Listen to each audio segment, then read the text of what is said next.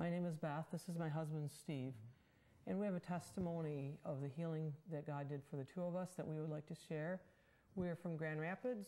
We've lived in the area for several years now. And we have a very significant healing and miracle, you could call it, I guess, of what happened to the two of us.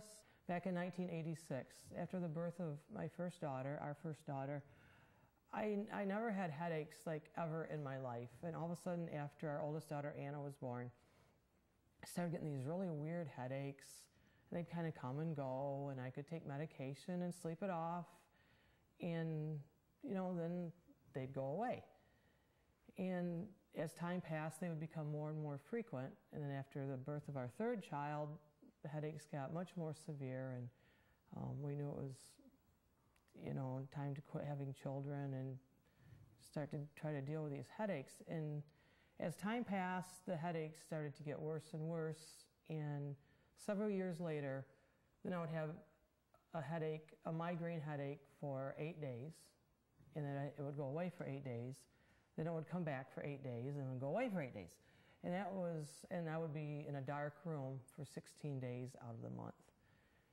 And I would say like in about 1999 or so, then all of a sudden the pain locked in. Where I had, after the 8 days, the headache just, it stayed. And I remember being on the phone in my doctor's office saying, well, I know this headache is going to go away. It always does. And a week later, I still had this headache. And a week later, I still had this headache. So basically what happened was I had a migraine headache for, I would say, about a total of 4.5 to 5 years, where the pain out of 1 to 10, 10 being the worst, I would give a 9 to 10 most of the time. The majority of people that I knew did not know that I had this much pain, because I just went through life, you know, I held my job, I cared for my family, and went about my daily business, and most people did not know. And at the time, throughout the course of those several years, I saw probably 7 to 8 physicians. They put me on about every medication you could ever imagine to prevent a headache, to abort a headache. I had Botox treatments where they would inject Botox into my forehead to relieve the pain. They would do like a lidocaine wheel, they called it, where they take lidocaine and steroids, inject it into my head to stop the pain. I had acupuncture. I had food testing. I followed a prescribed diet for, you know, any foods I might be allergic to. I would go into the emergency room and leave with as much pain as I had when I arrived. So I knew there was really no reason to even go into the emergency room. So basically what happened, the pain by October of 2004 had gotten so severe that I took a leave of absence from work. And I thought, well, this is going to be temporary, I'll get better. And basically what happened at that time was I entered into a spare bedroom of our home. And that became my home for several months, where I entered into a dark room. It was a spare bedroom, and I lived there because the pain was so intense. And the daily routine at that time was my husband put a tarp over the window. The room was totally dark. My husband, we had an ice machine. He would pack my head in ice and go off to work. Our kids, all 3 of our children at that time were in high school, and they would go off to school, and here I was in this dark room. And the only time I really left the room was when I would go to the doctor's office. And also at that time, I went to a physician here in Grand Rapids that he told me basically what happened was I was in a state of what they call a rebound, because I had been on so much medication for so long that when that medication would wear off, I would again get in pain, so I would take more medication to relieve the pain. Then after several hours it would wear off, so that was what was considered a rebound headache. So I went to his pain clinic for 6 weeks, and I lived with my husband's parents at that time because I was in such a state I could not be alone.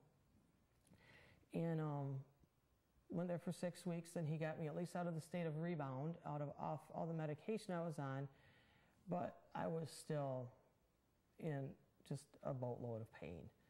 And he referred me to a neurological institute in another major city here in Michigan, where we went to for several months, and more medication and no relief. So I pretty much at that time resigned myself to the only way out of this room, in my mind, was to die. I didn't think there was any way out. And every night,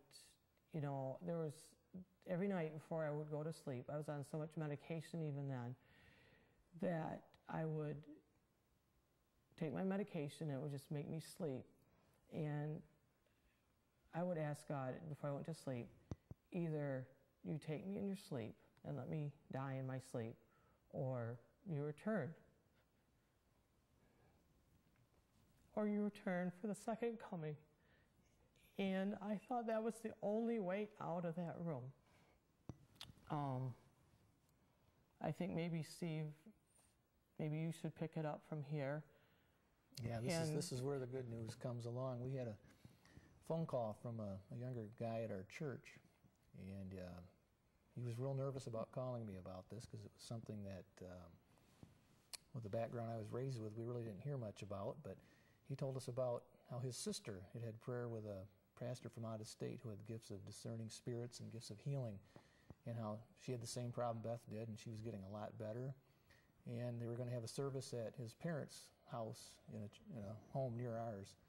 And so he gave me the phone number, and I called up the man, and he says, yeah, sure, come on over. If we have more than 5 or 6 people show up, we'll use our basement. And so we came on a Sunday in April of 2005, about 5 or 6 months after Beth had put on her leave of absence. And we go down in the basement, and there's this old gentleman, kind of looks like a cross between Santa Claus and Colonel Sanders, if you can picture that. And he's in the basement with a whole bunch of people.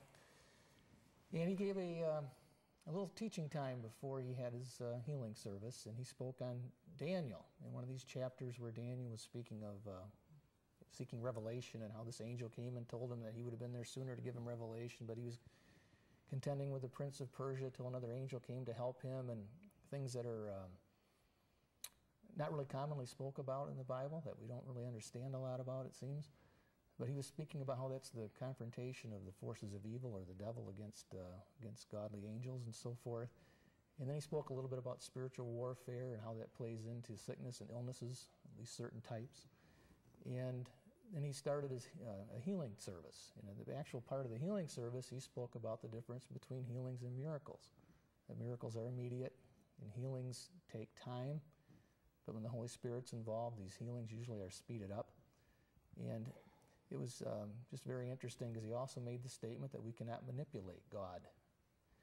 And so he started on his healing service. And Beth tells me she doesn't really remember a lot of this because she was hurting so bad that day, so she wants me to tell these parts, so I will.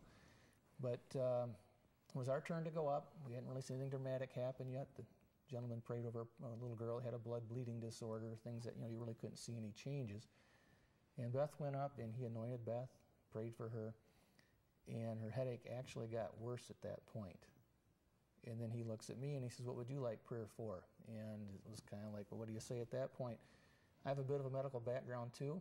I had a Wilms tumor, which is a cancerous kidney on my left side when I was born. The doctors gave me 3 days to live. The hospital nearby here, I just had gotten a radiation machine a month before I was born, so they did some experimental radiation therapy. And I had that when I was, again, just a few days old. And then when I was about 10 or so, they were noticing my spine was getting off as it was growing, so I had a back brace for 2 or 3 years. And so I explained this to the pastor. I said, well, I'm 44 years old. I've got a spinal curvature. My left leg bones actually grew longer than the right leg bones because my pelvis was up. It was trying to reach the ground, but it never did. It was always a little bit farther from the ground, even though the bones were longer. So I'm explaining this all to him, and I said, well, my bone lengths are fixed and fused, and I'm 44 years old at the time. There's probably nothing much can be done about that. So that's not much of a statement of faith on my part at that point. But he looked right at me, and he said, the Holy Spirit can do a lot for you.